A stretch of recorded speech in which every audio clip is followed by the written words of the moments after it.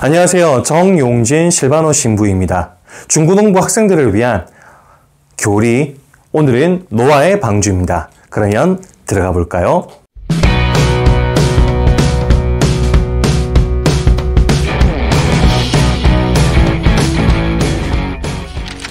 노아의 방주 이야기는요, 앞 내용부터 조금 보죠.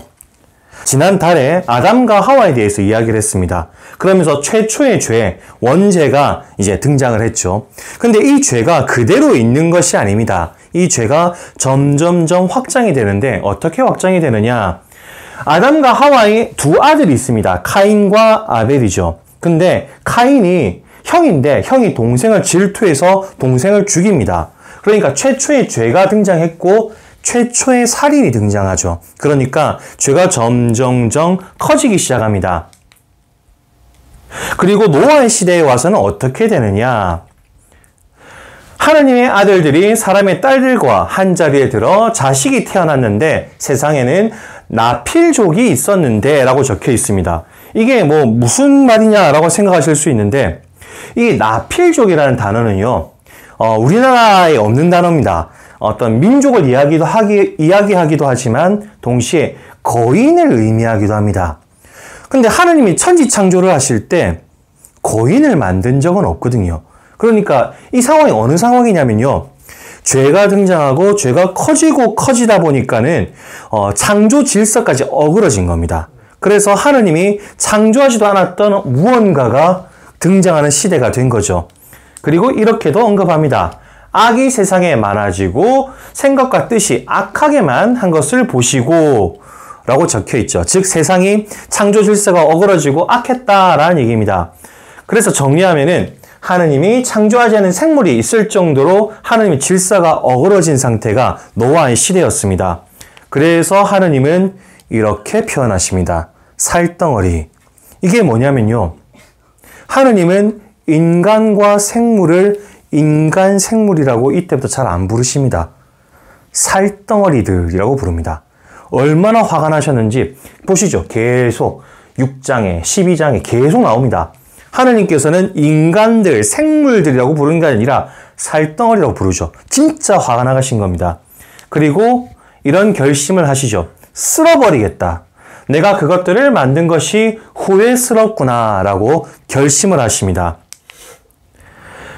하지만 그럼에도 불구하고 희망이 있었죠.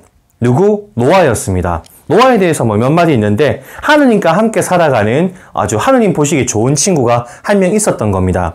그래서 하느님께서는 노아에게 이렇게 지시하십니다. 방주 한 척을 만들어라.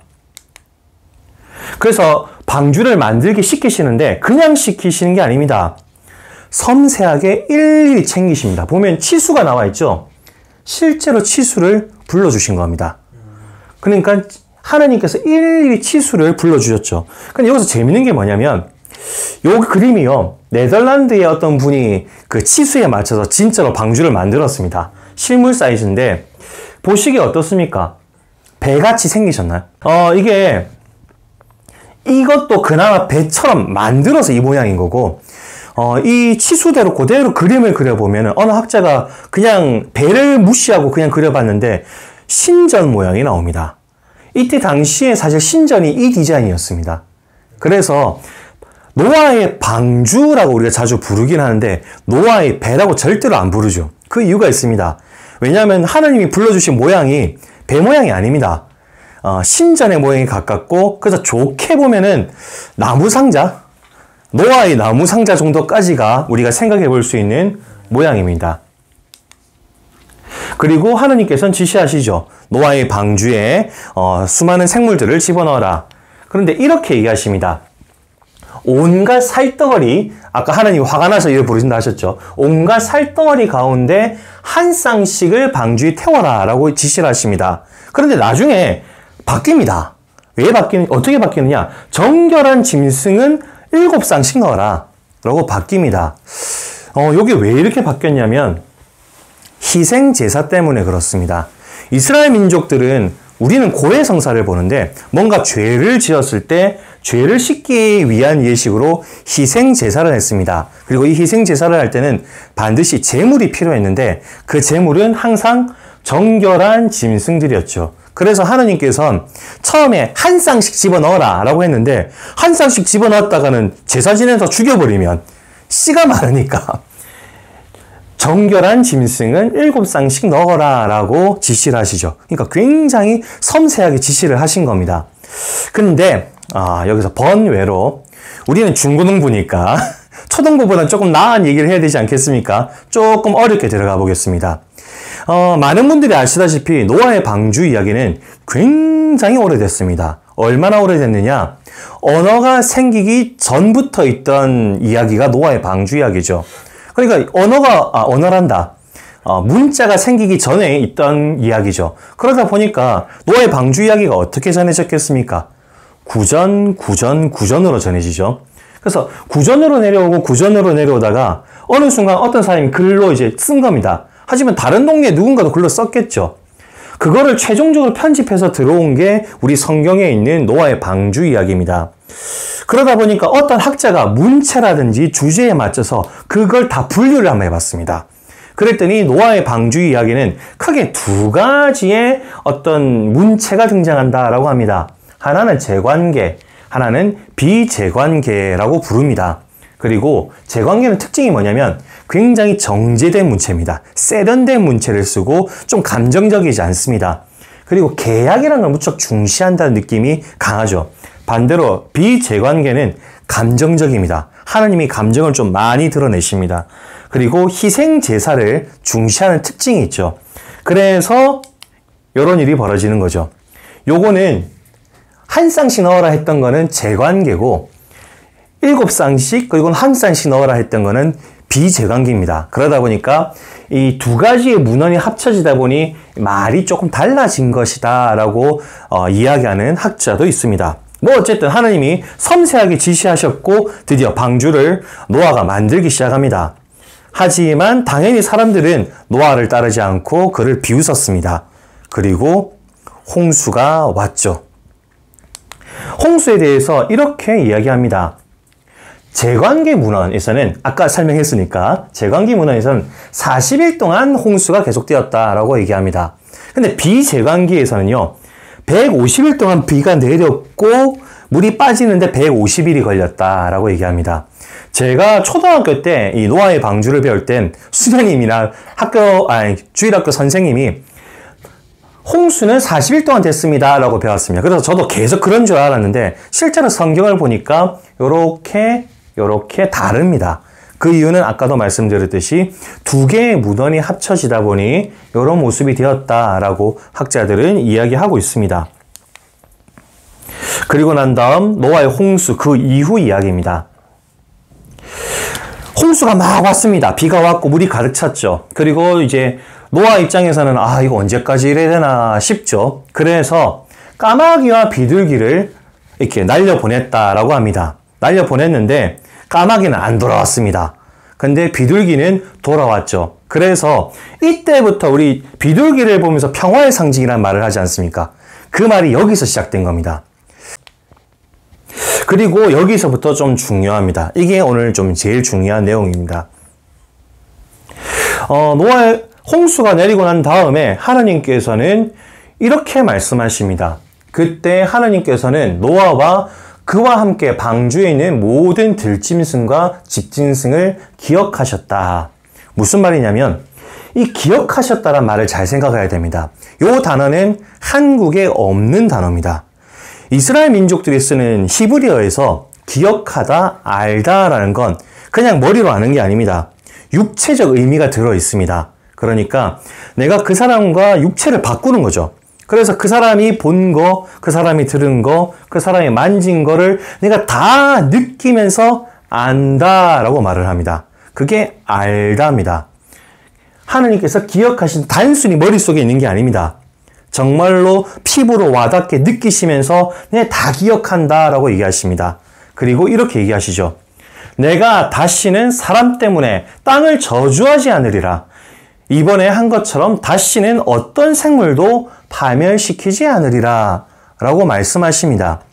물론 하느님께서 당신의 어떤 감정을 직접적으로 설명한 건 아니죠. 아팠다, 괴로웠다라는 표현은 없죠. 하지만 이런 어떤 흐름들을 보면서 느낄 수 있습니다. 아, 하느님도 힘드셨구나. 그러다 보니 이런 흐름이 생기죠. 하느님께서 노아와 함께 계약을 맺으십니다. 그리고 그 계약의 증표로 무지개를 놓으시는데 재미있는 특징이 이겁니다. 너희들이 뭐뭐뭐 하면 뭐뭐 해줄게가 아닙니다. 하느님께서 너희들이 잘하면은 착하게 살면 내가 이런 거 해줄게라는 내용이 없습니다. 그냥 하느님이 내가 이렇게 해줄게, 내가 이렇게 해줄게, 내가 이렇게 해줄게 라는 말을 계속 반복하시죠. 그래서 노아의 방주 때 맺었던 하느님의 어떤 계약의 특징은 모든 책임이 하느님한테만 있습니다. 근데 문득 이런 생각이 좀 들죠. 좋은 일을 하고 옳은 일을 하는데 계약이 필요할까요? 조건이 필요할까요? 예를 들어서 내가 공부 잘해가지고 반에서 뭐 10등쯤 들었을 때 부모님이 자전거를 사주겠다. 이런 말은 가능하죠. 근데 내가 거짓말을 안 하면 자전거를 사주겠다. 이게 좀 이상한데. 그리고 내가 훌륭한 사람이 되는데 자전거를 사주겠다. 이런 것도 좀 이상하죠. 더 나아가서 부모님이 자식을 키우는데 얘야 내가 너를 이렇게 열심히 키웠으니 내 노후 보장을 네가 해줘야 된단다 라면 키우지 않는단 말이죠. 당연히 해야 될 것, 옳은 것, 바른 것은 사실 이런 태도가 맞지 않나라는 생각이 듭니다. 우리가 좋은 일, 어디 봉사활동 같은 거 가더라도 자꾸 뭔가 조건을 따지고 이렇게 하다 보면 봉사활동을 못하게 됩니다. 그게 봉사활동이 아니게 되죠. 혹은 사랑이 아니게 됩니다. 근데 하느님은 이 모습을 보여주셨고 이 모습이 우리가 좋은 일을 할 때, 옳은 일을 할 때 찾아야 될 모습이 아닌가라는 생각이 듭니다. 그리고 어렵지만 정말 중요한 내용입니다. 구원사업. 혹시 이야기 들어보셨는가 모르겠습니다. 굉장히 어려운 내용인데 구원사업 한번 보죠. 여기 나와 있는 것들은 노아의 방주 이후에 있는 중요 사건과 중요 인물들입니다. 노아가 있고요. 바벨탑, 아브라함, 야곱, 모세, 예수님이 있습니다. 노아 때는 아까 말씀드렸죠. 홍수가 있었으니까. 그 다음 바벨탑은요. 워낙 유명한 얘기지만 탑을 이렇게 쌓고 그 꼭대기에서 하늘을 향해 활을 빵 쏩니다. 뭐냐면 하느님 덤벼봐. 내가 최고야 라고 사람들이 했던 거죠. 그래서 하느님이 벌을 내리는데 언어를 섞습니다. 다르게 표현하면 다양한 목소리를 내게 만들었다. 인간들 안에서. 라고 이제 하는데 이거 설명할 게 많지만 다음 기회에 혹시 설명할 수 있으면 설명하고요. 진짜 포인트는 이제부터입니다. 하느님은 아브라함을 부르십니다. 한 명을 부르죠. 이 아브라함 한 명을 잘 불러가지고 한 명을 잘 키우십니다. 그래서 이 한 명이 성화됩니다. 거룩하게 바뀌죠. 그리고 난 다음에 아브라함의 손자입니다. 야곱은. 근데 야곱은 혼자 등장하는 게 아니라 12명의 아들이 있습니다. 그래서 이 야곱의 이야기에서는 한 야곱이라는 사람이 변화하는 것뿐만이 아니라 한 가족이 바뀌어 나가는 것을 다룹니다. 그리고 모세가 등장하죠. 모세 때는 이제 민족 단위가 됩니다. 이스라엘 민족이 통째로 성화되는 장면이 벌어지죠. 그리고 마지막 예수님은요. 세상을 구원하십니다. 그래서 노아의 방주 이후에 하나님이 내가 다시는 물로 이렇게 씻어버리고 없애버리지 않겠다라고 하시고 난 다음에 섬세하게 작업이 들어가기 시작하시는 겁니다. 그리고 그 작업이 점점 커져나가는 걸 우리는 구약 성경에서 볼 수 있을 겁니다. 자, 마지막으로 이제 정리를 한번 해보죠. 노아의 방주 사건이 터지기 직전에 세상엔 죄가 너무 많았습니다. 얼마나 많았냐? 하나님이 창조하시지 않은 생물이 있을 정도로 창조 질서가 어그러질 정도로 죄가 컸습니다. 그래서 하나님은 살덩어리라고 부를 정도로 화를 내셨고 분노를 하셨고 물로 쓸어내셨죠. 하지만 그때부터 섬세하게 방주의 치수도 이야기해 주시고 들어갈 어떤 생물들로 골라주시고 그렇게 해서 세상을 한번 쓸어내십니다. 하지만 당신한테는 아픈 일이었던 거죠. 그래서 그때부터 조금 더 사실은 그 전부터 생각하셨던 것 같기도 하고 구원의 사업들이 시작되고 이제 계속 진행되죠. 그래서 우리가 앞으로 교리를 하면서 아까 나왔던 인물들 있지 않습니까? 계속 다룰 건데 그 과정들을 통해서 하느님이 하셨던 구원 사업 이것의 흐름들을 함께 따라가 봤으면 좋겠습니다.